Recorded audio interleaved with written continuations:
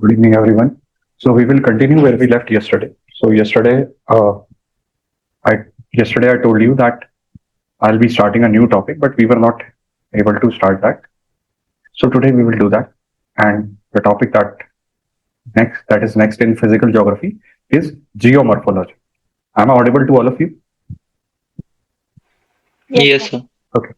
So geomorphology basically morph. When you talk about morph means change in something. Change in something. Geo is the study of landform. So when we combine this, geomorphology is the study of landform or study of the how changes occurs in different landforms. Basically आप इसमें different landforms के बारे में पढ़ते हो और इसमें you study about mountains, you study about volcanoes, different types of volcanoes, different types of mountains, Earth's interior, all these topics, rock cycle. But when you talk about the landforms कि अर्थ पे landforms क्यों बन रहे हैं उसकी study करनी है आपको, है ना? अर्थ पे लैंडफॉर्म्स क्यों चेंज हो रहे हैं, you want to study that. But first before that you have to understand कि लैंडफॉर्म्स बनते क्यों, why we have different landforms और the landform formation possible on earth. तो उसके लिए दो फोर्सेज रिस्पॉन्सिबल है. I think one of you has not muted his mic, the voice is coming from your side. Can you please check who has not muted? Yeah, thank you please.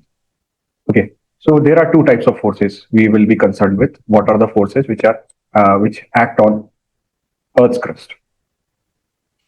तो earth crust पहली बात तो static है नहीं, dynamic है, constantly motion में रहता है. तो there are two types of processes, external and internal. External process, sorry, someone is saying something. Sorry. Okay. So the forces which act above Earth's crust, अगर हम इस ग्रीन लाइन को अर्थ का क्रस्ट कंसीडर करें तो the forces which acts above Earth's crust वो हो जाएंगी external processes, and the processes which act below the Earth's crust वो हो जाएंगी इंटरनल प्रोसेसेस. आप इनको ये भी कह सकते हो, the forces which acts above will be exogenic and forces which acts below are endogenetic. देखिए कुछ बुक्स में एक्सोजेनिक भी लिखा है, कुछ बुक्स में एक्सोजेनेटिक भी लिखा है, एंडोजेनिक भी लिखा है, एंडोजेनेटिक भी लिखा है. एक ही बात है, आप कोई सा भी वर्ड इसमें यूज कर सकते हो. So you can call them exogenic endogenic or exogenetic endogenetic, won't make much difference. So these are the forces which acts above Earth's crust and these are the forces which acts below Earth's crust.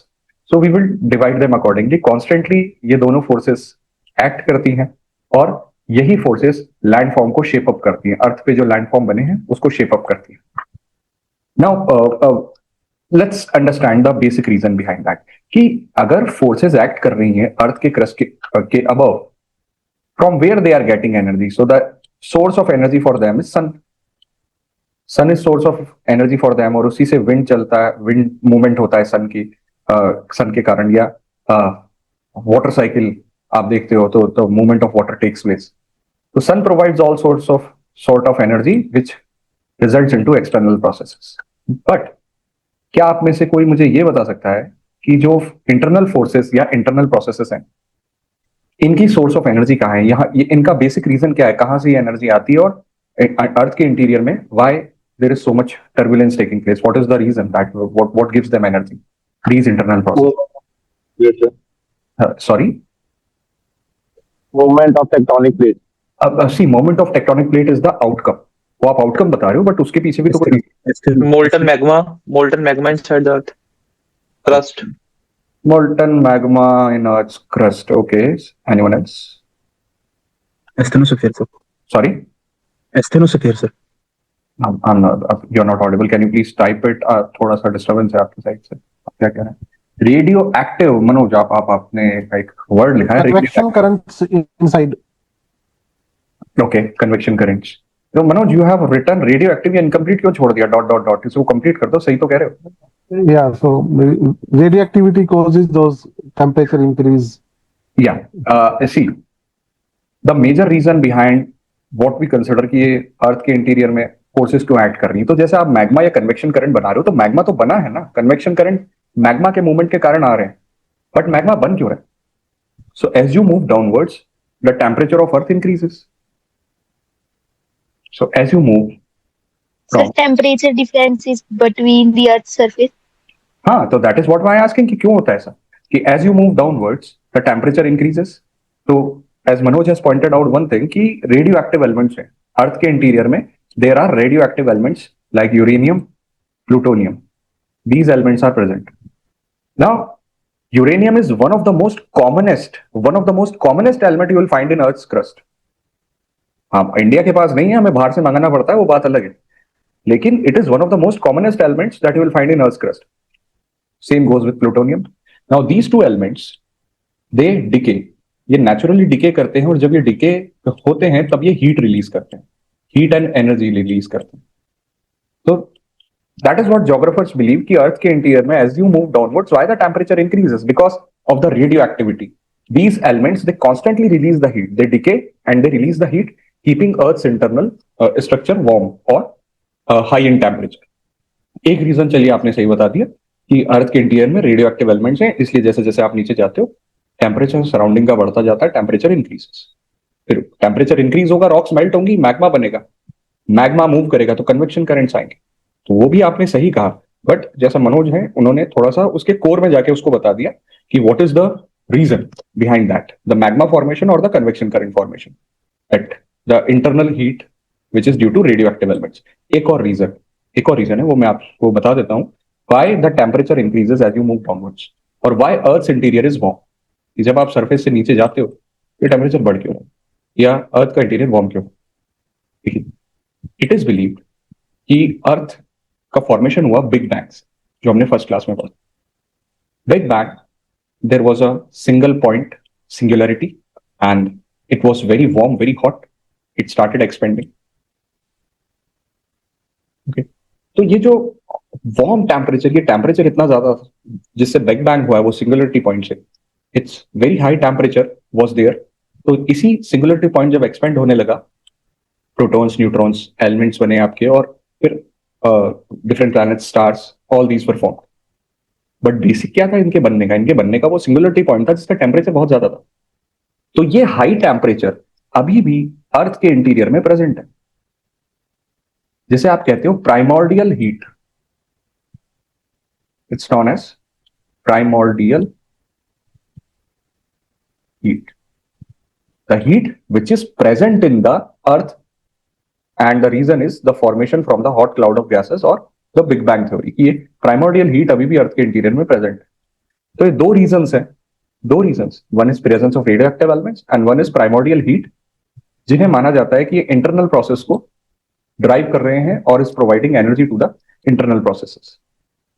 Aamir, asthenosphere तो layer हुई ना, asthenosphere तो layer हुई और उसी से magma form हो रहा है, बट वो मैग्मा है क्यों वहां पे? क्योंकि अर्थ का टेम्परेचर अंदर से बहुत ज्यादा है. क्यों ज्यादा है? इन दो रीजंस के कारण ज्यादा है, presence of radioactive elements and presence of primordial heat. तो on the basis of this we differentiate external and internal processes. Now one by one we will discuss. External process को बाद में देखते हैं, पहले इंटरनल प्रोसेसेस की बात करेंगे. Internal processes, we can understand this with the help of this flow chart. There are geomorphic processes which causes change in the landform. You can divide them into endogenic and exogenic. Endogenic, which acts under Earth's crust. Exogenic, which acts above Earth's crust. तो endogenic को cover करेंगे. Endogenic को भी आप दो में divide कर देंगे, diastrophism and sudden movement. Diastrophism एक स्लो मूवमेंट होता है, it will take thousands of years to show you the result. इसका रिजल्ट आने में thousands of years लग जाएंगे. Sudden movement which immediately will show you the result, that what landforms are created due to the sudden movement of earth. जैसे volcanism है, sudden है, और इससे जो landforms बनेंगे immediately बनेंगे, आपको वो प्रोसेस नजर आएगी.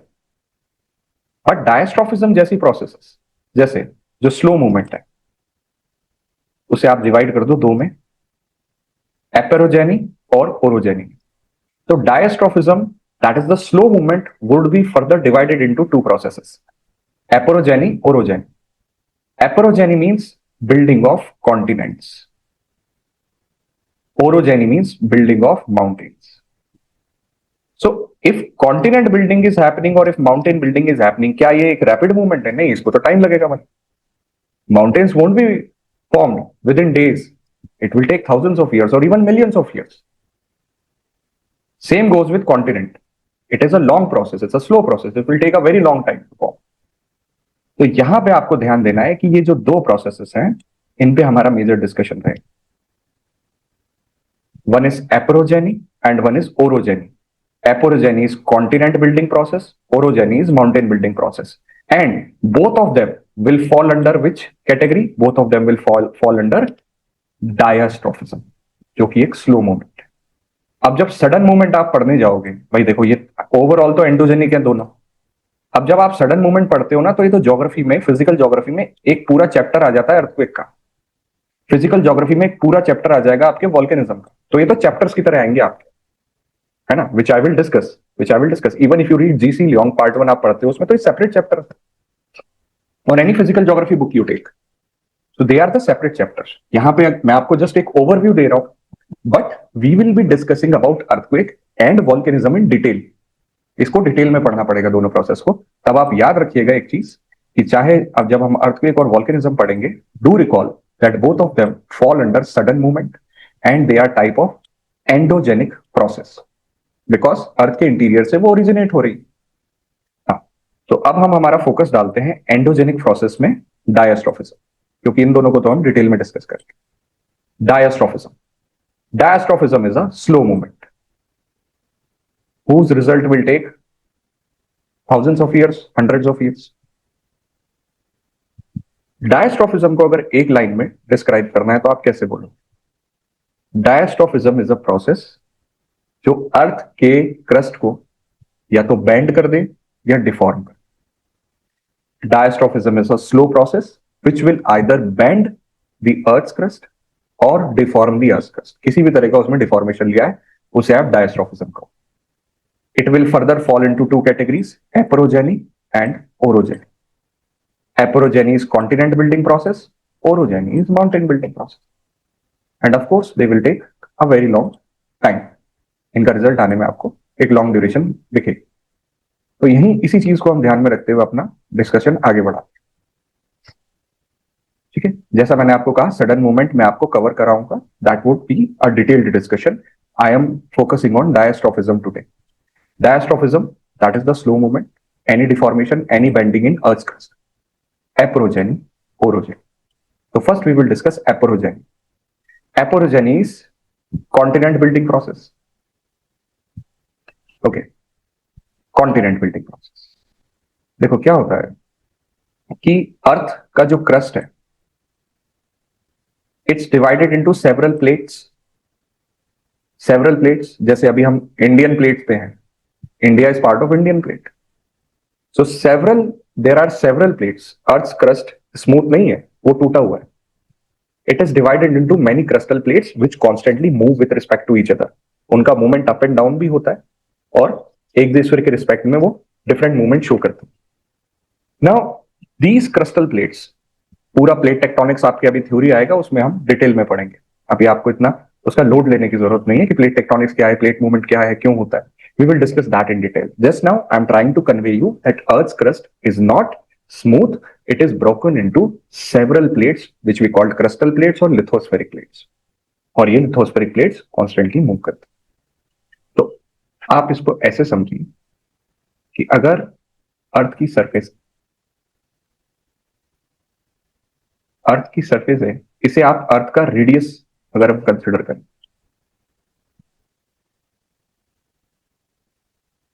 if we consider that this is radius of the earth, तो जो एपोरोजेनिक फोर्स होती है वो किस तरह का मूवमेंट शो करती है अर्थ के क्रस्ट पे?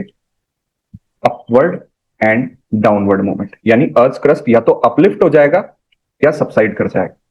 Either it would be uplifted or either it will subside. Consider कीजिए कि ये एक बड़ी कोस्ट लाइन हुआ करती थी यहाँ पे. This used to be a large coastline. It was till this point. But over the passage of time ये वाला जो सेक्शन है जहां अभी आपको वाटर नजर आ रहा है, it has subsided, it has gone under the water. Subsidence हो गया यहाँ पे. तो अब आपको जो ये कोस्ट लाइन्स नजर आ रही है वो लिमिटेड है. It has gone back. Earlier यहां तक हुआ करती थी, now it has gone back. तो what you will say that earth's crust has subsided, या ये जो लैंडफॉर्म है सबसाइड कर गया. अब यहां पे लैंड नहीं है, वाटर आ गया. तो क्या एक नई कोस्ट लाइन बन गई है? बिल्कुल बन गई. तो एक कोस्ट लाइन बन गई है, एक कॉन्टिनेंट नया आपको नजर आ रहा है, तो we say it is a continent building process. Same way consider कीजिए that there used to be the complete oceanic surface here. यहां पे ये लैंडफॉर्म नहीं था, ये प्लेटू जैसा जो नजर आ रहा, but the land here got uplifted with the time. इसका अपलिफ्टमेंट हो गया. Now a new landform is appearing. Upliftment के कारण new landform is appearing. So what we say that epeirogeny, और एक कॉन्टिनेंट बिल्डिंग, एक नई कोस्ट लाइन बन गई है, एक नया कॉन्टिनेंट या एक नया लैंडफॉर्म आपको नजर आ रहा है. तो एपोरोजेनी जो होती है ना, इस चीज को याद रखिएगा. देखिए बहुत सारी बुक्स में लिखा है कि ये क्या है, उसका एक्सप्लेनेशन नहीं दिया हुआ. तो that is what I am trying to do कि एपोरोजेनी में either upliftment of land takes place or either subsistence of land takes place. Either land will subside or either the land would be uplifted.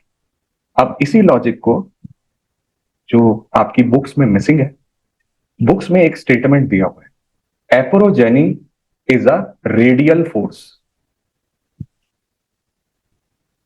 ठीक है, ये आपकी books में statement दिया हुआ है कि एपोरोजेनी इज अ रेडियल फोर्स. लेकिन इसका मतलब क्या है?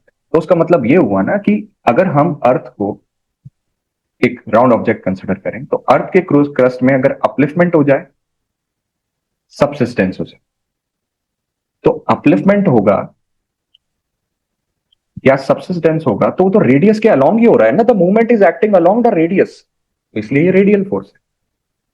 Okay, so do remember this thing. इसे रेडियल फोर्स क्यों कहते हैं? Because this force is acting along the radius of the earth. Either the earth crust would be uplifted or either the earth crust would be subsided. Is that clear to you? Okay, तो epeirogeny में क्या होगा कि land का upliftment हो जाएगा या फिर डिप्रेशंस नजर आने लगेंगे आपको सबसिस्टेंस के कारण. आइदर सबसिस्टेंस और आइदर अपलिफ्टमेंट. तो a new coastline, a new continent would be formed, a new landform would be created. Immediately होगा नहीं, thousands of years लगेंगे इसको होने में. So that is why we say it is a slow process. So let's go back to that flow chart. Aporogeny में दो तरह का मूवमेंट होता है, upward and downward. It is a continent building process. Let's talk about orogeny then. Orogeny की बात करते हैं. ओके, मैं यहीं पे समझा देता हूँ, ये ब्लैंक स्लाइड है.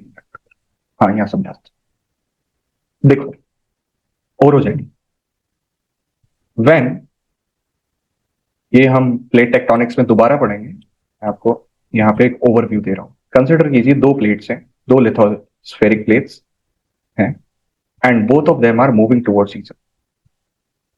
तो दीज प्लेट्स विल कोलाइड. दोनों अगर कॉन्टिनेंटल प्लेट है, एक दूसरे की तरफ मूव कर रही हैं, both of them will collide. और इसका रिजल्ट होगा ये प्लेट्स एक दूसरे के ऊपर क्रम्बल अपॉन कर जाएंगे. ये प्लेट्स एक दूसरे के ऊपर दे विल क्रम्बल अपॉन. तो folds will be generated in the plate. Folds आपको नजर आने लगेंगे. तो इसका मतलब ये जो लैंडफॉर्म बना है, क्योंकि एक तो अपलिफ्टमेंट हो गया यहाँ पे, ओके, एलिवेशन आ गया है, and in the internal structure you can see the fold. तो इस तरह के लैंडफॉर्म को आप कहते हो that these are fold mountains. तो माउंटेन बिल्डिंग प्रोसेस हुई orogeny when two plates have collided. तो यहां पे कौन सी फोर्स है जिससे ये कोलिजन हो रहा है? देखिए, जब भी आप किसी भी ऑब्जेक्ट को दोनों तरफ से पुश करते हो तो इस फोर्स को क्या कहा जाता है? This force is known as compression. This is known as compression. Okay, तो compression force which is acting from both the sides towards this plate. It can build the mountains. अब एक और सिनारियो समझिए. देखिए, ये handmade diagrams I will provide you in the slides. जब हम mountain building करेंगे, मैं बना के आपको स्लाइड में डाल दूंगा, तो आप भी प्रैक्टिस कर लीजिएगा. Okay, when we will discuss about plate tectonics, I'll make handmade diagrams and I'll put in the slides. Consider कीजिए एक प्लेट है. Okay, there is a plate and tensional force act कर रही है इस पे. टेंशन का वो टेंशनल फोर्स क्या है? When you pull this, when you pull a particular object from both the sides. और जब आप दोनों तरफ से पुश करते हो तो कंप्रेशन है, और जब दोनों तरफ से पुल करते हो तो टेंशन, टेंशनल फोर्स.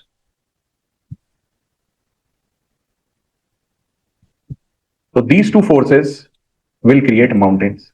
तो इससे माउंटेन कैसे क्रिएट होगा? देखो, अगर इस एक प्लेट पे कॉन्स्टेंटली दोनों डायरेक्शन से पुश किया जा रहा है, सॉरी दोनों डायरेक्शन से पुल किया जा रहा है स्प्लिट, तो क्रैक्स डेवलप हो जाएंगे इस प्लेट में, it will break, cracks would be developed, और इन क्रैक्स को क्या कहा जाता है? These cracks would be known as faults,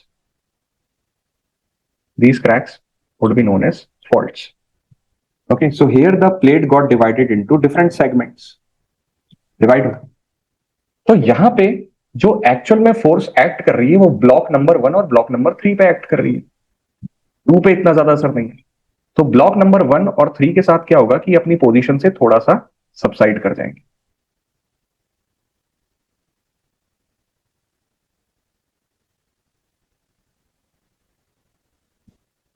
So block number 1 and 3 will subside from their position due to this constant pull. तो ये भी एक लैंडफॉर्म बन गया, एलिवेशन है यहां पर भी, बस फर्क ये है कि ये ब्लॉक्स के जैसा नजर आ रहा है। तो ऐसे माउंटेन को आप क्या कहते हो? You call it block mountain.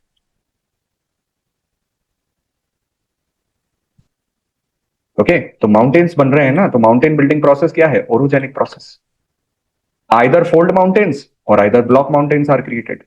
लेकिन क्या माउंटेन इमीडिएटली बन जाते हैं? नहीं, it will take a very long time. तो दैट इज वाई ओरोजेनी एक स्लो प्रोसेस है, या आप इसको किस में कंसिडर करते हैं? डायस्ट्रोफिज्म में कंसिडर करते हैं। Okay,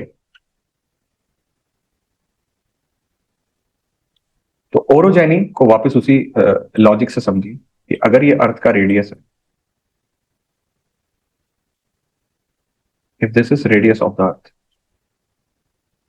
any line which is perpendicular to the radius, any line which is perpendicular to the radius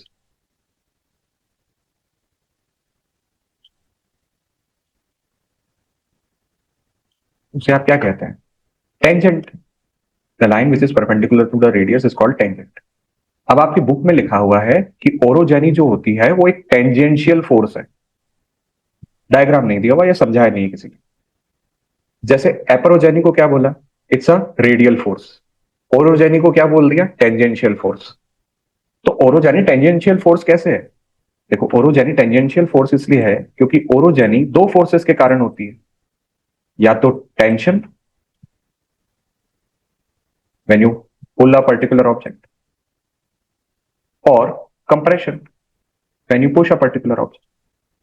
तो चाहे टेंशन हो या कंप्रेशन हो, वो तो इस डायरेक्शन में एक्ट कर रहा है ना, टेंजेंट के डायरेक्शन में। तो टेंजेंशियल फोर्स हुई orogeny, that's why we say it's a tangential force.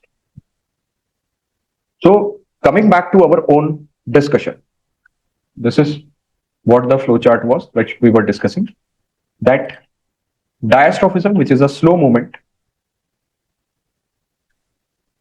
it will take a very long time to show you the result. Diastrophism got divided into two: aporogeny, orogeny. Aporogeny continent building, orogeny mountain building process. Both will take a very long duration of time. Sudden movement which show immediate result, जैसे earthquake अगर आता है, अर्थ shakes, कुछ पुराने landform destroy हो जाते हैं, नए लैंडफॉर्म्स बनते हैं। Volcano, the volcanic eruption occurs, magma cool down होता है, नए लैंडफॉर्म्स बना देता है, इमीडिएट रिजल्ट नजर आने लगता है। तो दैट्स व्हाई यू से कि इसका सडन रिजल्ट है, इमीडिएट रिजल्ट है, तो ये सडन प्रोसेस है। But both of these, diastrophism and sudden process, ये ओरिजिनेट हो रही है अर्थ के इंटीरियर में, तो आप इनको इस कैटेगरी में रखते हैं एंडोजेनिक।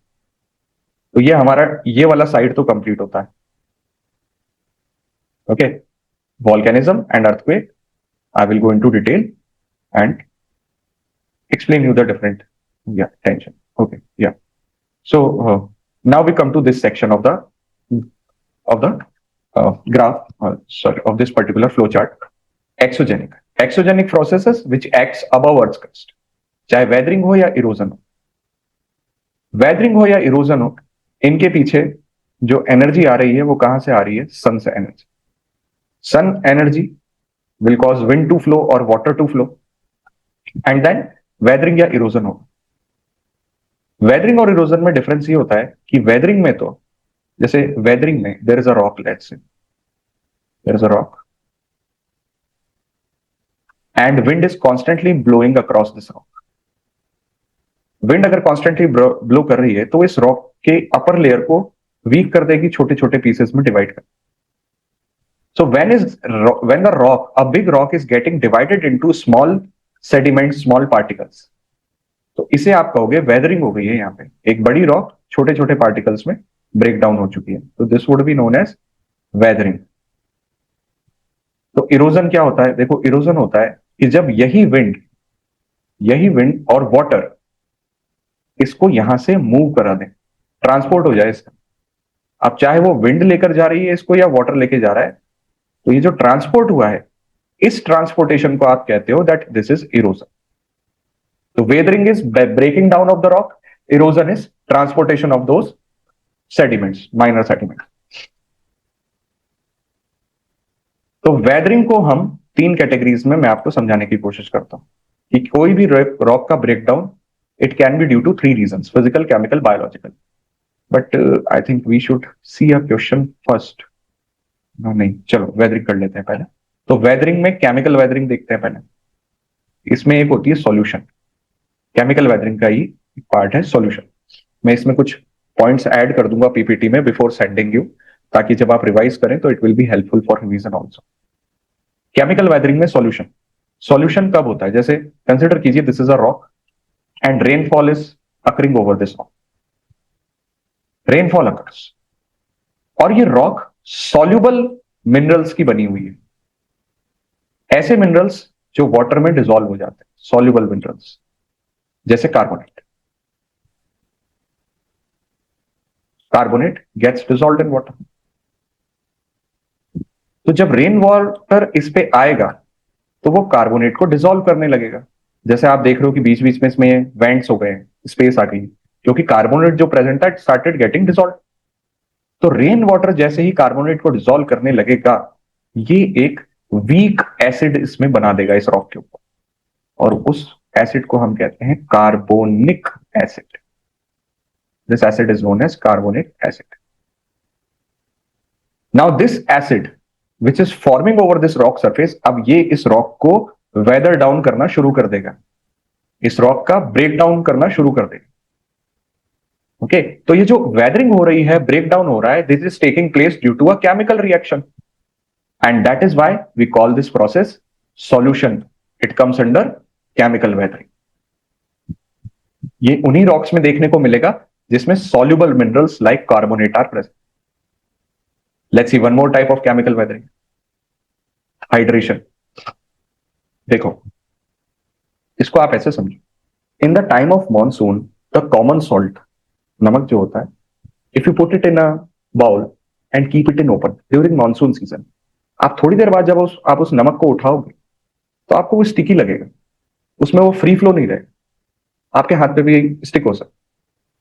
तो what has happened to that salt? You have kept it in open in the monsoon season, जब एयर में मॉइस्चर बहुत ज्यादा. तो जो सॉल्ट होता है वो मॉइस्चर को अट्रैक्ट कर लेता है. उसने मॉइस्चर को अट्रैक्ट भी किया, एब्जॉर्ब भी कर लिया, इसलिए स्टिकी हुई. तो हाइड्रेशन वही प्रोसेस है जब मिनरल्स मॉइस्चर को या वाटर को एब्जॉर्ब कर ले. ओके, सब मिनरल्स नहीं करते, कुछ मिनरल्स ऐसा करते हैं, वो वाटर या मॉइस्चर अवेलेबल हैं तो they will absorb the water और मॉइस्चर. जैसे एनहाइड्राइट है, इट्स अ मिनरल. अगर हाई मॉइस्चर प्रेजेंट है एयर में और वाटर इज प्रेजेंट, तो ये उसे एब्जॉर्ब कर लेता है और ये चेंज हो जाता है जिप्सम में. तो आप कहोगे फर्क क्या हुआ, रॉक है, दूसरी रॉक बन गई, इसमें वेदरिंग कहां होगी? देखिए, जिप्सम एक सॉफ्ट रॉक, बहुत ही सॉफ्ट रॉक है, अब ये इसकी इजीली वेदरिंग हो जाएगी. एयर और water can easily break it down. Similarly अगर कोई भी रॉक वाटर एब्जॉर्ब कर रही है तो उसका तो वॉल्यूम भी चेंज होगा ना, वो तो अंदर से वैसे ही वीक हो जाएगी क्योंकि उसका इंटरनल स्ट्रक्चर चेंज हो रहा है. Then it becomes susceptible और vulnerable to weathering और erosion. तो ये जो 2 प्रोसेसेस मैंने आपको बताई, solution and hydration, they both are taking place due to chemical reaction, hence ये केमिकल वेदरिंग का पार्ट है. Let's see physical weathering. Physical weathering को समझना इजी. कंसिडर कीजिए देयर इज अ रॉक. ये एक ऐसी जगह पर है जहां दिन में during day time temperature increases and at the night time temperature falls. जैसे इंडिया में आप थार डेजर्ट में देखते हो कि दिन में गर्मियों के time temperature can go up to 48 degree Celsius night time में वही टेम्परेचर 10 डिग्री पे भी आ सकता है सेम दिन 24 आवर्स के अंदर। There are certain locations where it is possible. Daily fluctuation ही बहुत ज्यादा है। कंसिडर करो आप ऐसी जगह पे एक रॉक को देख रहे हैं, day time the temperature is very high, night time the temperature falls. तो इस रॉक के साथ क्या हो रहा है कि डेली बेसिस पे the temperature fluctuation is occurring. तो ये टेम्परेचर फ्लक्चुएशन क्या करेगी, जो अपर लेयर है इसे वीक बनाएगी। क्यों? क्योंकि जब दिन में टेम्परेचर बढ़ रहा है तो रॉक एक्सपेंड होगी। वो एक्सपेंशन हमें दिखेगा नहीं, बहुत ही माइन्यूट सा होता है। तो रॉक की अपर लेयर विल एक्सपेंड, क्योंकि उसको हीट मिल रही है, इट विल एक्सपेंड। आप किसी भी सब्सटेंस को हीट देते हो वो एक्सपेंड कर। तो here the upper layer of rock is expanding. लेकिन नाइट में तो टेम्परेचर फॉल हो गया, तो the same upper layer tries to contract, वापस से श्रिंक हो जाती है, कॉन्ट्रैक्ट हो जाती है। दिन में एक्सपेंशन, रात को कॉन्ट्रैक्शन। लेकिन ये तो डेली बेसिस पे हो रहा है ना, तो the upper layer will become weak और ये ब्रेक कर जाएगी, टूट जाएगी, क्योंकि constantly expansion and contraction of this layer is taking. Now the rock will break. तो ऐसी वेदरिंग को आप क्या कहोगे? ऐसी वेदरिंग को क्या कहोगे? टेम्परेचर चेंज होने के कारण हो गई, इसे हम कहेंगे फिजिकल वेदरिंग। इसमें कोई केमिकल रिएक्शन नहीं हुआ है, ना रॉक की प्रॉपर्टीज चेंज हुई है, ना उसका केमिकल कंपोजिशन चेंज हुआ। हाँ, टेम्परेचर चेंजेस होने के कारण it has divided into small fragments. एक और एग्जांपल देखो इसका, जल्दी से बता देता हूं। देखिए इस रॉक को देखो, कंसिडर कीजिए this used to be the complete rock. ऐसी ये कंप्लीट रॉक हुआ करती थी, ये बीच में खाली स्पेस नहीं है। ओके, दिस इसे फिल कर देता हूं, ये कोई खाली स्पेस नहीं, complete rock. Now you are looking at the rock which is in a cold region, cold climate आपको बैकग्राउंड में नजर आ रहा है। So here if snowfall occurs, so if snowfall occurs in this particular region, what will happen? The snow flakes will fall on the space. इस space में आएंगे। ये छोटी सी स्पेस हुआ करती थी पहले, अभी तो ये नीचे वाली तो बंद कर दो। छोटी सी स्पेस हुआ करती थी और यहाँ पे snowflakes are getting collected. Okay, winter season में स्नो फ्लैक्स कलेक्ट हो गए, लेकिन विंटर सीजन के बाद आ गया समर सीजन। तो व्हेन समर सीजन केम, ये जो इसमें स्नो फ्लैक्स इकट्ठे थे, जो स्नो फ्लैक्स इकट्ठे हो गए थे इस स्पेस में, इसकी जगह अब यहां पे क्या आ जाएगा? समर सीजन में snow will melt and water will be there. Water will be there in the gap. अब वाटर की वॉल्यूम होती है ज्यादा, वो ज्यादा स्पेस लेगा, तो वो रॉक पे प्रेशर डाल देगा कि अब ज्यादा स्पेस चाहिए। तो जब रॉक पे प्रेशर पड़ने लगेगा तो उसकी लेयर वीक हो जाएगी और ब्रेक डाउन कर जाएगी। सो हियर यू कैन सी कि पूरा का पूरा गैप आ चुका है लेयर्स के बीच। Okay, this is physical weathering. Physical weathering है, कोई केमिकल कंपोजिशन चेंज नहीं हुआ है, टेम्परेचर चेंज हो गया तो वेदरिंग हो। अब ये सबसे सिंपल पार्ट है वेदरिंग का, biological weathering. Biological weathering happens due to biotic factors, living beings के कारण। जैसे आप इसमें देखो, ट्री की रूट जैसे जैसे नीचे जा रही है, as it is moving downwards, ये रॉक के बड़े फ्रैगमेंट्स को स्मॉल फ्रैगमेंट में डिवाइड करती हुई जा रही है। The large fragments are getting divided into small ones. तो ट्री वेदरिंग कर रहा है ना, यहाँ बड़े बड़े फ्रैगमेंट्स को ब्रेक डाउन कर रहा है, तो बायोटिक फैक्टर हो गया। जैसे यहाँ देखिए कैसे इसकी रूट्स पेनिट्रेट करके वेदरिंग कर रही है।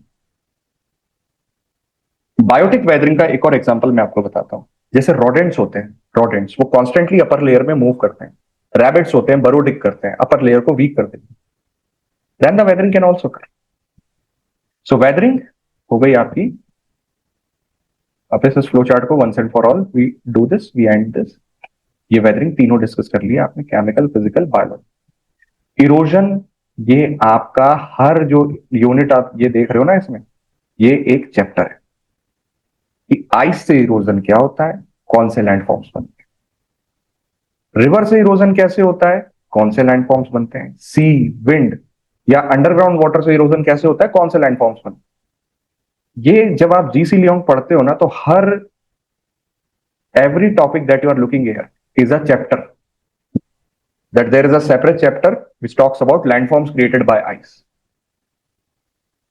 ओके, तो अगेन वेदरिंग मैंने आज आपको समझाया है, ये मैं आपको सेपरेट टॉपिक, सेपरेट चैप्टर के जैसा हर एक इसको पकड़ के हम देखेंगे, क्विकली ओवरव्यू लेंगे और कुछ प्रैक्टिस क्वेश्चंस करेंगे। देखिए इस यूनिट के साथ प्रॉब्लम ये है, लैंडफॉर्म वाली यूनिट के साथ, जब आप ये लैंडफॉर्म्स पढ़ते हो ना, ये मिलते जुलते लगेंगे आप. Multiple revisions you have to give, then you will have a clarity. So two things I am leaving in this particular flowchart, ये दोनों which will be taken as a separate chapter, and these two, these all five, which will again be taken as a separate chapter for your physical geography or the related question discussion. तो coming back to this graph, more or less हमने इसको कर लिया bits and parts. तो अब एक question attempt करते हैं इतने लंबे डिस्कशन के बाद. जरूरी था discussion because the topic is very broad.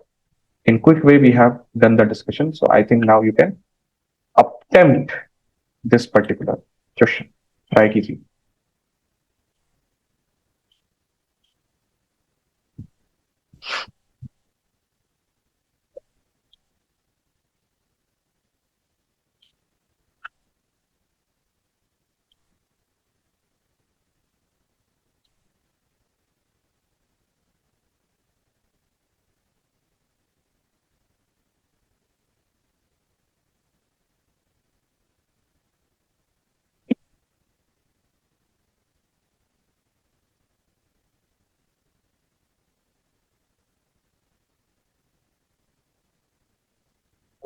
You are saying only two. You are saying only one statement is correct.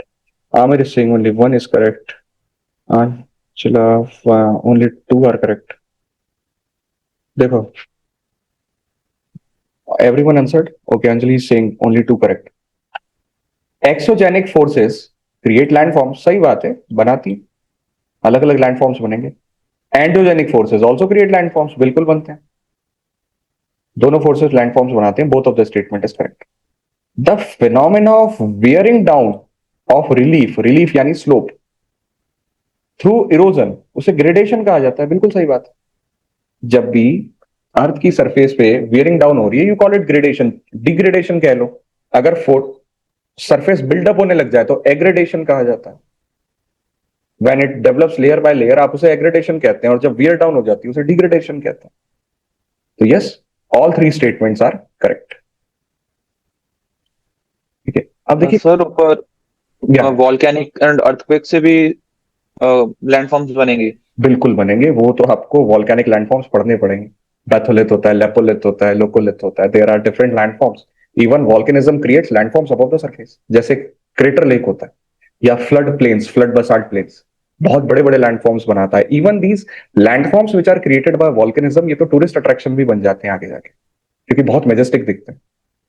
तो वो बात आपकी है कि यस, हाँ बनाएंगे. Okay sir. Okay. So now I'll little bit moving away from the topic. देखिए, इस तरह के फॉर्मेट से I have a little issue. वो हो सकता है कि मैं गलत भी हो सकता हूँ, बट मैं आपको एक रियल इंसिडेंस बताता हूँ. This year prelims, one of my student was appearing for prelims. Prelims clear हुआ, मेंस नहीं हुआ. अब वो क्यों नहीं हुआ, वो तो मार्कशीट आएगी तो पता चलेगा, बट मेंस उनके अकॉर्डिंग उनका अच्छा गया था. मैं प्रीलिम्स पे आता हूँ. Prelims went really well. Okay, and she was getting very good marks in prelims. Clear भी हो गया था, मेंस लिखा हूं. आपके एक क्वेश्चन आया था प्रीलिम्स में इस बार 2025 के, जिसमें कंट्रीज, कौन सी कंट्रीज है जिनके 4 से ज्यादा टाइम जोन है, ऐसा कुछ क्वेश्चन था. वो उसमें ऑप्शन था डेनमार्क, ऑस्ट्रेलिया, ब्राजील, ऐसे करके 4-5 ऑप्शंस थे. और आपसे पूछा था कि भाई इनमें से कौन सा कंट्री है जिसके 4 से ज्यादा टाइम जोन है.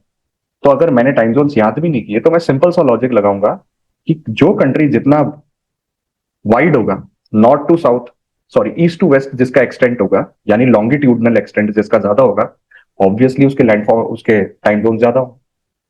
जो छोटा सा होगा उसके टाइम जोन ज्यादा नहीं होंगे. तो she said, again I am quoting her, she said कि सर जब मैंने ऑप्शंस पढ़े तो उसमें डेनमार्क का जो ऑप्शन था उसको तो मैंने सबसे पहले निकाल दिया, क्योंकि डेनमार्क तो छोटा सा कंट्री है, कितने लॉन्गिट्यूडनल एक्सटेंट होगा उसका.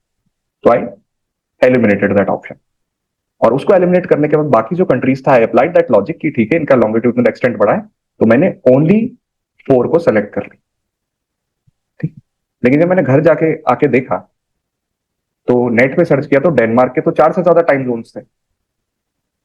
लेकिन आंसर की में आंसर क्या सही है, ओनली 4. ओके, अब आप देखो उसका पूरा लॉजिक गलत था, उसने अप्लाई भी गलत किया, बट उसका आंसर सही आ गया. She got 2 marks. She got 2 marks for that, for the answer जो उसका गलत है. उसने ओनली 4 कुछ और सोच के सही की अटेम्प्ट किया, आंसर कुछ और सोच के निकला. डेनमार्क का 4 से ज्यादा है, क्योंकि ग्रीनलैंड भी तो डेनमार्क का ही पार्ट है ना। वो लोग समझेंगे ही नहीं कि भाई ग्रीनलैंड डेनमार्क के अंडर ही आता है, ग्रीनलैंड तो बहुत बड़ा है। So this is the little flaw in this type of questions which UPSC is giving you. मैं गलत होके भी सही हो जाता हूँ या सही होके भी गलत हो सकता हूँ। ऑल मेरे को अगर ओनली 2 ऑप्शंस इनमें से सही लग रहे हैं तो वो कोई से भी 2 हो सकते हैं ना। अब चाहे वो सही हो या गलत हो, मेरे को तो ओनली 2 पकड़ना है। तो that is my personal opinion, but I think there's problem in this particular type of the questions which are being given। वो थोड़ा सा एक्स्ट्रा डिफिकल्ट बनाने के लिए ऐसा कर रहे हैं या जो भी उनका माइंडसेट है, I don't know, but clearly flaw मैं आपको एक रियल एग्जांपल से बता दिया कि नजर आ रहा। चलिए, coming back to our discussion. Okay, now अब मैं थोड़ा सा स्पीड अप करूंगा क्योंकि इससे रिलेटेड क्वेश्चंस आज बहुत सारे हैं। अर्थ इंटीरियर, अर्थ के इंटीरियर को हम 2 तरीके से गैस कर सकते हैं, डायरेक्टली और इनडायरेक्टली। डायरेक्टली, दो sources which tells us directly about earth interior, जैसे वॉल्केनिक इरप्शन से मैग्मा कम्स आउट। मैग्मा की स्टडी हमने करी, केमिकल कंपोजिशन पढ़ा, समझ में आ गया कि अर्थ का इंटीरियर में कौन से मिनरल्स प्रेजेंट है, कैसा है, डायरेक्टली पता चल गया। माइनिंग, बिकॉज माइनिंग में we dig a trench in earth crust, तो पता चल जाएगा कि माइनिंग में सराउंडिंग कैसी है, अर्थ का इंटीरियर कैसा दिख रहा है, डायरेक्टली बता सकते हैं। लेकिन कुछ इनडायरेक्ट सोर्सेस भी होते हैं। इनडायरेक्ट सोर्सेस जैसे मीटियोर, कल मैंने आपको बताया था कि मीटियोर अगर लैंड कर जाए in the first class, meteor अगर लैंड कर जाए तो दैट इज मीटियोराइट। मान लीजिए मीटियोराइट लैंड कर गया, meteorite landed on earth surface, तो आप मीटियोराइट का इंटीरियर स्टडी कर लो, उससे अर्थ का इंटीरियर पता चल जाएगा। तो आप कहोगे भाई ये तो कोई लॉजिक ही नहीं हुआ कि मीटियोराइट का इंटीरियर अर्थ के इंटीरियर में कोई रिलेशन ही नहीं, वो तो आउटर स्पेस से आ रहा है। नहीं, there is a relation, because meteorites, planets, asteroid, all of them were formed from the same process। ये सेम प्रोसेस से बने थे, तो जिस प्रोसेस से वो मीटियोराइट बना इसी प्रोसेस से अर्थ भी बना, कुछ ना कुछ कोरिलेशन तो होगा। So if we can study the interior of a meteorite which is coming from the outer space, we can have a rough idea about interior of the, indirectly बताया। लेकिन इनमें सबसे अच्छा तरीका होता है सिस्मिक वेव्स, अर्थ के इंटीरियर के बारे में पता लगाने के लिए। This is the most accurate way to tell about earth interior. Okay, तो यहां पे हमको आज इसका डिस्कशन करना है कि सिस्मिक वेव्स की हेल्प से आप अर्थ का इंटीरियर कैसे पता लगा सकते हैं। एक बार इसे अटेम्प्ट करें, I think you can very well select the options.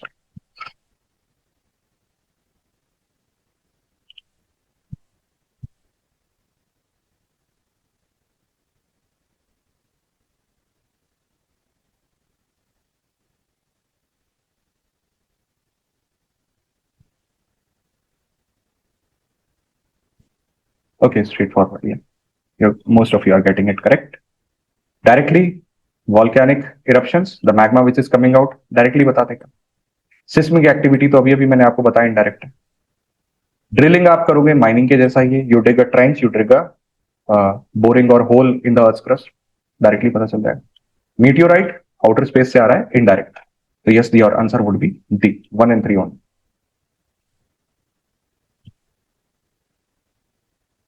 Okay, तो अब ये मैंने आपको क्या कहा था, I will be discussing this as a separate chapter for you guys. Earthquake एक सडन जियोमॉर्फिक प्रोसेसेस में वी विल कंसिडर। तो व्हाई अर्थक्वेक अकर्स, देखिए अर्थक्वेक क्यों अकर होता है। कंसिडर कीजिए 2 प्लेट्स हैं, there are 2 plates, Earth's crust is divided into several plates, there are 2 plates A and B, they want to move parallel with respect to each other। ये एक दूसरे के रिस्पेक्ट में पैरेलल मूव करने की कोशिश कर रही है, कर नहीं पा रही। They are constantly pushing and trying to move parallel with respect to each other, but they are not able to move, क्योंकि प्लेट्स बड़ी होती हैं, हैवी होती हैं, इजीली मूव नहीं कर सकती, फ्रिक्शन है। They are pushing, but they are not able to move। मान लीजिए ये कॉन्स्टेंटली पुश कर रही हैं और एक दिन ये फ्रिक्शन को ओवरकम कर गई, तो सडनली मूव कर जाएंगे एक दूसरे के respect, they will show a sudden movement. तो ये सडन मूवमेंट क्या होगा, एनर्जी रिलीज करेंगे, because these plates are heavy, sudden movement is taking place, it will release energy which will travel in all the directions। जैसे ही plates move करेंगी, energy would be release which will travel in all the direction, और जब यही energy surface पर आएगी तो आपको अर्थ shake होती हुई दिखेगी, लगेगी, और आप कहोगे अर्थक्वेक ऐसा। ट्रेमर्स आए हैं जो आपको फील हो रहे हैं, उसे अर्थक्वेक ऐसा कर। तो जिस पॉइंट पे मूवमेंट होता है उस पॉइंट को, that particular point where the actual movement of plate is taking place, you call it focus. ये हो गया हमारा focus. And the point which is just above the focus, जो सरफेस पे है, इट इज कॉल्ड एपिसेंटर. तो news में आप जैसे पढ़ते हो अर्थक्वेक अकर्स, तो न्यूज में क्या आता है कि इसका एपिसेंटर कहां पर है. एपिसेंटर की बात क्यों करते हैं? क्योंकि सबसे ज्यादा डैमेज तो यही होगा ना. इमीडिएटली अबव द फोकस है ये, सबसे पहले ट्रैमर्स वुड बी फेल्ट हियर, यहीं पे मैग्नीट्यूड ज्यादा रहेगा. So this is how the earthquake occurs. जब एब्रप्ट रिलीज होता है energy, abrupt release of energy where the plate suddenly moves, that is how earthquake occurs. earthquake को जब आप स्टडी करते हो तो you obtain the information on a instrument called seismograph. Seismograph एक इंस्ट्रूमेंट होता है जो अर्थक्वेक की इंफॉर्मेशन आपको देता है, how strong the earthquake is, how strong the earthquake is. तो बेसिकली इसमें जो आपका पेन है वो एक पेपर पे के ऊपर ऐसा पैरेलली शेक करता है. अगर अर्थक्वेक स्ट्रांग है तो शेकिंग ज्यादा होगी, तो ज्यादा आप फ्लक्चुएशन देखोगे. अगर अर्थक्वेक छोटा सा है तो शेक नहीं करेगा पेन ज्यादा, यू से दैट ट्रेमर्स बड़े नहीं है. तो इस तरह से हम रफली ऑब्टेन करते हैं कि how strong the earthquake is. जितनी ज्यादा वॉयलेंट शेकिंग है उतना ज्यादा पेन का मूवमेंट आप उस पर देखोगे, सिस्मोग्राफ. तो this seismograph is the instrument which tells us about the earthquake. Okay, now listen carefully, this particular portion I am going ahead, और इसमें थोड़ी आपकी इमेजिनेशन और थोड़ी डिटेलिंग की जरूरत आपको पड़ेगी.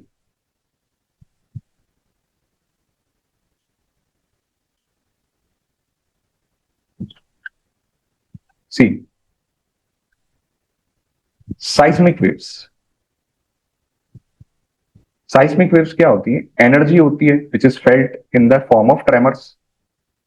दो में डिवाइड हो जाता है, body waves, surface waves. Okay, एक रफ डायग्राम से समझाने की कोशिश करता हूं. देखो, जब अर्थक्वेक से एनर्जी रिलीज होती है, it moves towards the surface, it moves towards the surface. तो जब वो अर्थ के इंटीरियर में मूव कर रही है तब तो वो बॉडी वेव है, क्योंकि अर्थ की बॉडी में मूव कर रही है ना, अर्थ के इंटीरियर में मूव कर रही है. लेकिन जैसे ही ये एनर्जी सरफेस पे आ गई तो सरफेस पे आके ये नई वेव्स जनरेट कर देती है. इसको आप सरफेस वेव कहते हैं. तो there are two types of waves, seismic waves, body waves which originate in the interior, and surface waves जो सरफेस पे आके बनती हैं. बॉडी वेव जब रॉक से इंटरेक्ट करती है तो सरफेस वेव बना. तो द क्वेश्चन इज कि इन दोनों में से ज्यादा डैमेजिंग कौन सा है? इन दोनों में से ज्यादा डैमेजिंग होती है सरफेस वेव्स, क्योंकि वो तो सरफेस पे ही बन रही है ना, उसको ज्यादा दूर ट्रेवल नहीं करना. सरफेस पे बन रही है, सरफेस पे आप भी प्रेजेंट हो, आपका इंफ्रास्ट्रक्चर, आपकी बिल्डिंग्स भी हैं, तो उसको ज्यादा दूर ट्रेवल नहीं करना है आप तक पहुंचने के लिए. तो it is carrying high amount of energy, so it will cause more destruction. Okay, तो अब आप इस सिस्मोग्राफ के डायग्राम को देखिए. Two types of waves, body waves, surface waves. Surface waves are more damaging. Now body wave में भी दो आ जाएंगी, पी वेव और S wave. In body wave again there would be two types of seismic waves, P wave and S wave. P wave जिसे आप primary wave कहते हैं, S wave जिसे आप सेकेंडरी वेव कहते हैं. ये अर्थ के इंटीरियर से आ रही हैं, बॉडी वेव से. तो इनकी प्रॉपर्टी को समझो.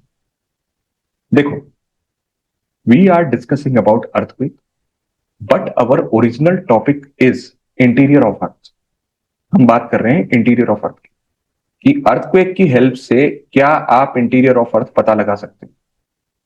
तो that both the topics we are doing parallelly. We are discussing about earthquake, seismic waves, and we are understanding how earthquake can be used to detect about Earth's interior.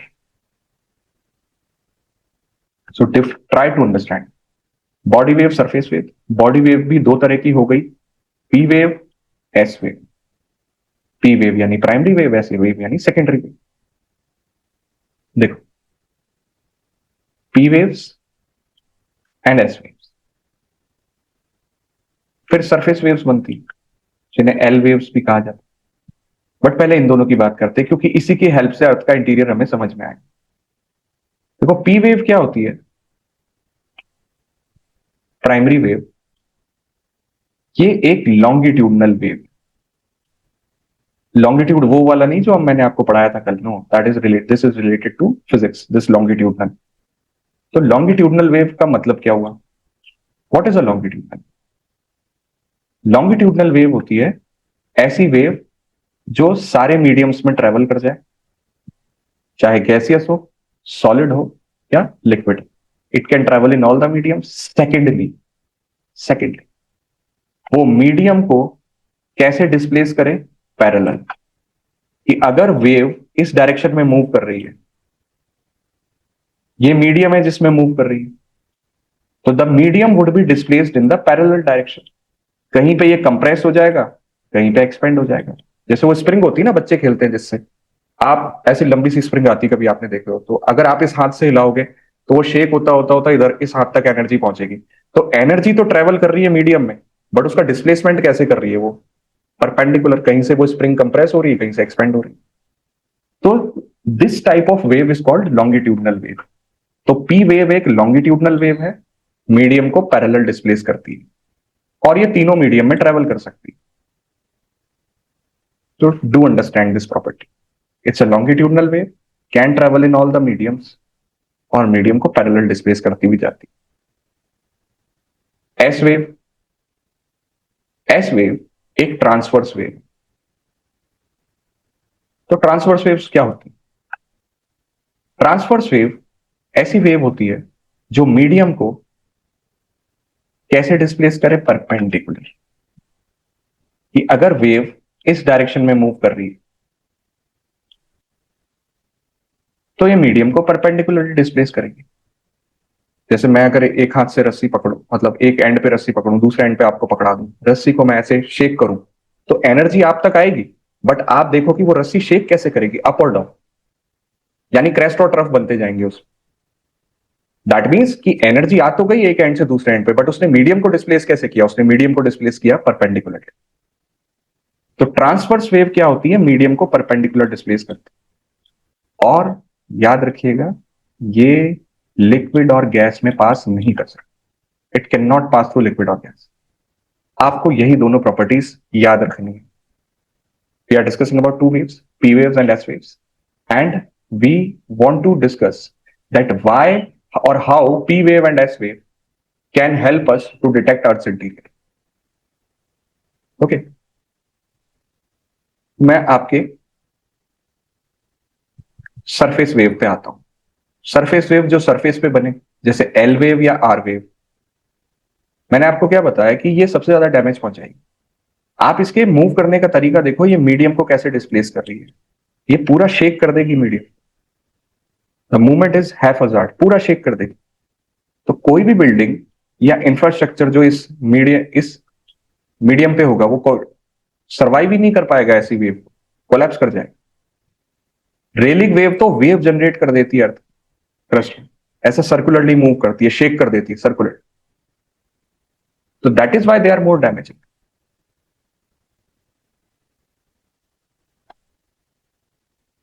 या इसका उसका surface wave ही है। और sir जो आप पूछ रहे हैं ना, the you are asking Tushar, yes, it's उस सेल्फ ओरिजिनेट नहीं होती, उसका ओरिजिन बॉडी वेव ही, तो सरफेस पे आके सरफेस वेव्स बनाते। Okay guys, now again I am revising for you. हमारे दो टॉपिक्स पैरेलल चल रहे हैं, इसलिए टाइम लग रहा है। दो टॉपिक्स पैरेलल चल रहे हैं। फर्स्ट हम अर्थक्वेक को डिस्कस कर रहे हैं, और दूसरा we are trying to relate how earthquake can help us in detecting earth's interior. तो seismic waves, P wave, S wave, medium को कैसे डिस्प्लेस कर रही है? Parallelly.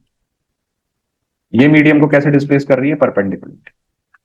But more damaging L wave, R wave, क्योंकि हैफहजार्ड मूवमेंट हो रहा है, मीडियम को कंप्लीटली शेक कर रही है। आर वेव ऐसा सर्कुलरली मूव करेगी, complete shaking of earth's crust. Okay, तो इसी प्रॉपर्टी का यूज करना है हमें to know about earth's interior. और ये टॉपिक हमारा आ जाता है अब शैडो जोन्स की तरह। शैडो जोन्स टाइम हो गया है, बट आई विल एक्सप्लेन, नहीं तो कल आपका गेम थोड़ा सा मिसमैच हो जाएगा, तो I am going ahead with this. Shadow zones क्या होते हैं?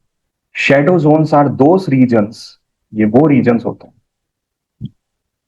इन अर्थ इंटीरियर, अर्थ के इंटीरियर में, जहां पर आपको साइस्मिक वेव्स नहीं मिलेंगी, कोई बिहेवियर आप नोटिस नहीं कर पाओगे, साइस्मिक वेव्स ऐसे जोन्स में नहीं जाती, आपको उनका जो बिहेवियर है वो ऑब्जर्व नहीं होगा।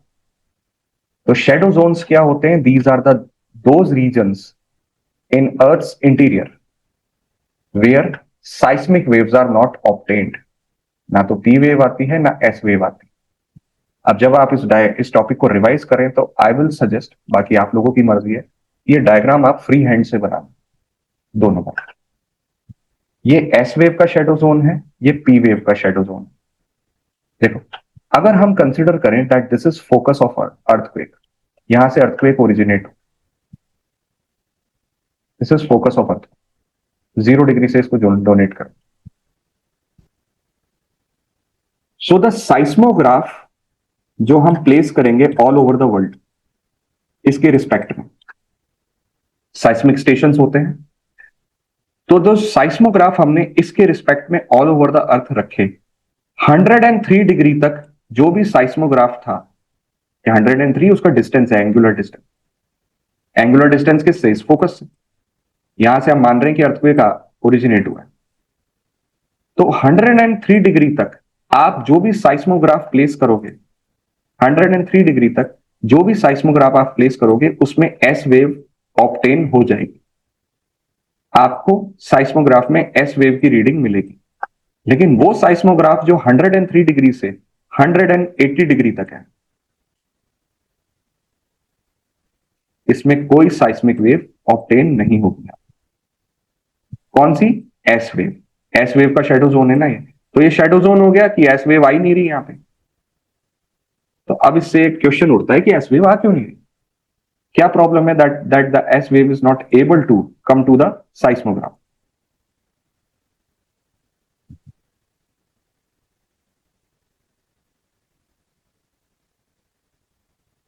okay, so if S waves are traveling, वो 103 डिग्री के बियॉन्ड नहीं मिल रही,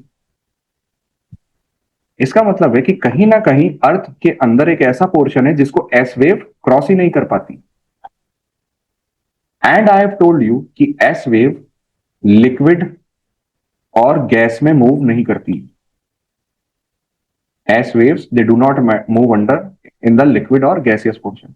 तो इसका मतलब कहीं ना कहीं अर्थ के इंटीरियर में या तो कोई लिक्विड पोर्शन है, गैसियस तो हो नहीं सकता, लिक्विड पोर्शन है अर्थ के इंटीरियर। तो इसके बेसिस पे हमने डिटेक्ट किया कि अर्थ के अंदर जो पोर्शन है ये लिक्विड नेचर का है, क्योंकि एस वेव इसको क्रॉस ही नहीं कर पाती। अगर लिक्विड नहीं होता, सॉलिड होता, तो आ जाती ना यहां तक, लेकिन ये लिक्विड नेचर। तो जहां पे ये चेंज आ रहा है, किस बाउंड्री पे आ रहा है? जहां से these S waves are not able to penetrate, ये बाउंड्री है। तो इस बाउंड्री को आप डिसाइड कर लो कि यहां मीडियम चेंज हो गया। अंदर वाले मीडियम का नाम हमने रख दिया कोर, ये ऊपर वाले का नाम रख दिया मेंटल। इस तरह से डिसाइड किया, वरना किसी ने देखा थोड़ी है कि कोर कहां पर है, मेंटल कहां पे है। आज today even with advance technology we don't have image of earth interior. Outer space की तो हमने बहुत दूर दूर तक ले ली है, लेकिन अर्थ के इंटीरियर की नहीं। तो हम अज्यूम करते हैं कि अर्थ का इंटीरियर ऐसा होगा, और वो अजम्पशन कहां से आया? वो इसकी हेल्प से आया। So we assumed that earth interior the inner most portion is core, जो लिक्विड नेचर का है। और जहां पे ये बाउंड्री है, इसके ऊपर एक दूसरी लेयर है, ये मेंटल है इसका। यहां पे एस वेव मूव कर रही है, और इसके ऊपर भी एक लेयर है, छोटी सी, बहुत छोटी सी लेयर है, जिसे क्रस्ट कहते हैं। तो हमने लेयर्स को डिसाइड कर लिया। अब आप कहोगे कि भाई इसमें लेयर्स की बाउंड्री डिसाइड कैसे करें? देखो क्या होता है, जब भी साइस्मिक वेव मूव करती, जब तक उसका मीडियम चेंज नहीं होगा, उसकी स्पीड में कोई चेंज नहीं आएगा। तो अगर साइस्मिक वेव क्रस्ट के सेक्शन में मूव कर रही है तो कोई चेंज शो नहीं करेगी, लेकिन जैसे ही वो क्रस्ट को क्रॉस करके मेंटल में एंटर करेगी तो मीडियम चेंज हो गया ना। तो as the medium changes, velocity also changes, direction also changes. So on the basis of this आप बाउंड्री रफली प्रेडिक्ट कर सकते हो कि क्रस्ट यहां पे खत्म हुआ और इसके बाद मेंटल चालू हो गया, स्टार्ट होगी, because साइस्मिक waves behaviour has changed. So this gives us a rough idea that there are different layers present in Earth's interior.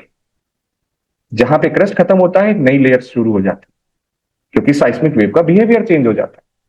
जहां पे मेंटल खत्म होता है कोर स्टार्ट हो जाती है, क्योंकि साइस्मिक वेव का बिहेवियर चेंज हो जाता है। तो that is how earthquake can help us in predicting earth's interior.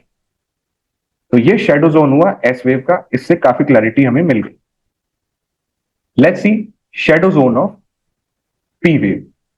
अब आप कहोगे कि भाई पी वेव का तो इसमें कोई फर्क ही नहीं है, क्योंकि पी वेव तो तीनों मीडियम में ट्रेवल करती है। It can travel in gas, liquid और सॉलिड मीडियम। तो शेडो जोन तो आएगा ही नहीं पी वेव का, वो तो कहीं भी क्रॉस करके चली जाएगी। ठीक, if this is the focus of your earthquake, 0 degree से डिनोट कर रहे हो, so the seismograph that you will place till 103 degree, यहां पे आपको पी वेव ऑब्टेन हो जाएगी। These seismograph will show the reading of P wave. 103 से 143 तक जो भी seismograph आपने रखा है, इसमें P wave की रीडिंग नहीं आई। It will not give you any information about P wave. So the question comes कि ये shadow zone हो गया, लेकिन ये बना क्यों, कैसे बना? देखिए, ये इसलिए बना, ये आपको ध्यान देना है जहां पे ये मूव कर at this particular point, at this particular point, at this particular point, P wave ने मूव करना शुरू किया, क्रस्ट को क्रॉस किया तो मेंटल में आ गई, क्रस्ट को क्रॉस किया मेंटल में आ गई, मेंटल को क्रॉस किया कोर में आ गई। तो again the medium is changing. तो जैसे ही वो मेंटल से कोर की तरफ मूव कर रही है इन पॉइंट्स पे, जैसे ही P wave is moving from mantle to core, तो मीडियम चेंज हो गया, तो बेंड हो जाती है अपने रास्ते से, थोड़ी सी डेविएट हो जाती है, अपना रास्ता थोड़ा सा बदल देती है, क्योंकि है तो ये भी एक तरह की वेव ना, बेंडिंग अकर्स। जैसे ही मीडियम चेंज होगा बेंडिंग अकर्स। सो हियर ये वेव बेंड कर रही, इसलिए आगे नहीं आ पा रही, खाली है ये जगह, बेंड हो गई ना, ये तो दूसरी जगह चली गई। That is why this space is empty, इसलिए इसे shadow zone of P wave कहा जाता है। तो शेडो जोन्स हमने कंसिडर कर ली, that shadow zones, those region where there is no seismic wave obtained. ये एस वेव का है कि एस वेव आपको साइस्मोग्राफ में नहीं मिलेगी, ये पी वेव का है।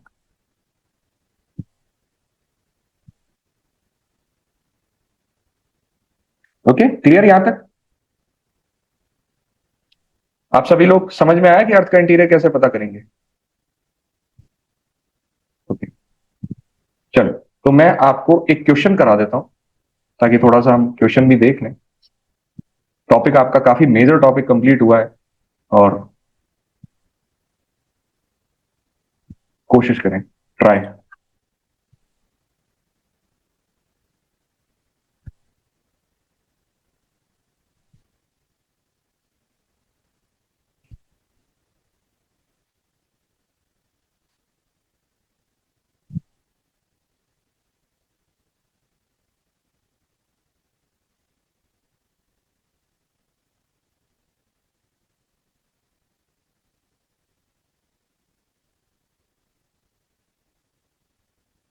Yeah.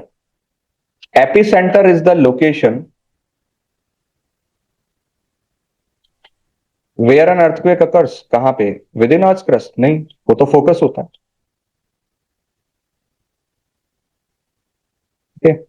अर्थक्वेक अकर ही फोकस पे करता है। Focus is point located vertically above, नहीं वो तो एपिसेंटर होता है। दोनों ही मिसमैच्ड है। हाँ, थर्ड पॉइंट सही है। Earthquake waves are strongest at epicentre, तो थर्ड ओनली इज सही। Try one more. ठीक है, क्रस्ट मेंटल कोर को हम देख लेंगे कल, माइनर सा डिस्कशन है मैं आपको इसमें से एक क्वेश्चन दूं जो आज डिस्कस नहीं किया है। या 1 minute, sorry. igneous rocks, valleys, block mountains. No.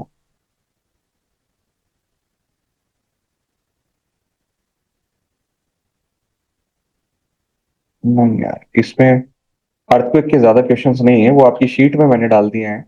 But I think आप एक ये वाला क्वेश्चन अटेम्प्ट कर सकते हो। हाँ, you can attempt this, sorry. Weathering erosion का एक क्वेश्चन है, you can attempt, go ahead please.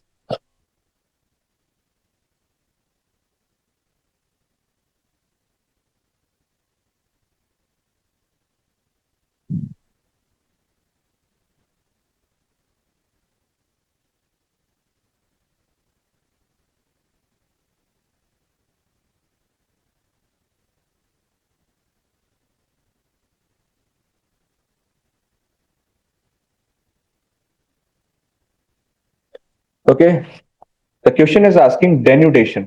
Denudation, देखो, डेन्यूडेशन एक ऐसा वर्ड है जिसमें सारी एक्सोजेनिक प्रोसेस आ जाती है, weathering plus erosion plus transport, उसे डेन्यूडेशन कहते हैं कंबाइन करके। Weathering plus erosion plus transportation, all your exogenic processes, उसके लिए एक वर्ड यूज कर सकते हो आप, denudation.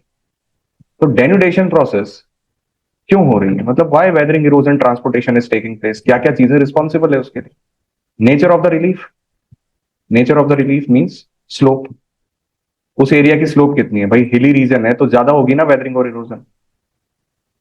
Structure of rocks, obviously soft rocks, उनका डेन्यूडेशन जल्दी हो जाएगा। नेचुरल कैलामिटीज एक्सपीडिएट कर देंगी, जैसे फ्लड है, एक्सपीडिएट कर देती हैं, रैपिड कर देती हैं उस प्रोसेस को, इरोजन की प्रोसेस। ह्यूमन इंटरफेरेंस, ऑब्वियस सी बात है, ये दोनों पॉइंट सीधे सीधे रिलेटेड है। ह्यूमन इंटरफेरेंस, जैसे माइनिंग करी तो yes, the upper layer of the soil can become weak और the denudation can take place. Forest cover, क्योंकि अगर किसी भी एरिया में फॉरेस्ट रहेगा तो सॉइल प्रोटेक्टेड रहेगा ना, क्योंकि ट्रीज की रूट सॉइल को बाइंड करके रखती है। And then the erosional activities, so all of these processes वो डेन्यूडेशन के लिए रिस्पॉन्सिबल है ना। ठीक है, क्लियर है यहां तक अब आप? ओके, तो I will stop here. Questions आज हमने ज्यादा नहीं देखे, लेकिन थ्योरेटिकल एक सिग्निफिकेंट पोर्शन को कवर कर लिया।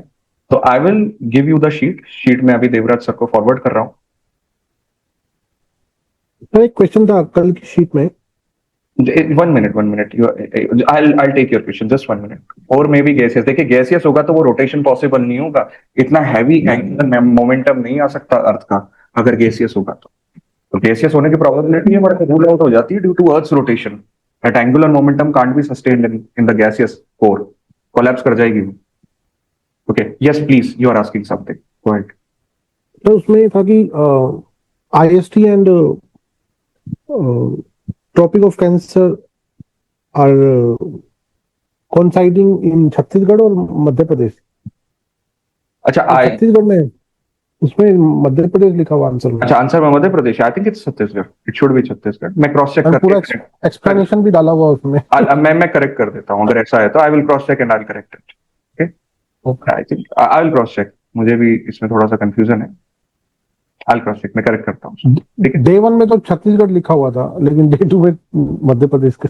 नहीं तो वो आपका ये होगा इस तरह से कि जो ट्रॉपिक ऑफ कैंसर है वो इंडिया के 8 स्टेट से पास होता है, वो छत्तीसगढ़ से भी पास होता है tropic of cancer. But this question that you are talking about is asking कि where these two coincides. I think it can be empty also. I will cross check it. Okay, I will cross check Okay, this and get back to you.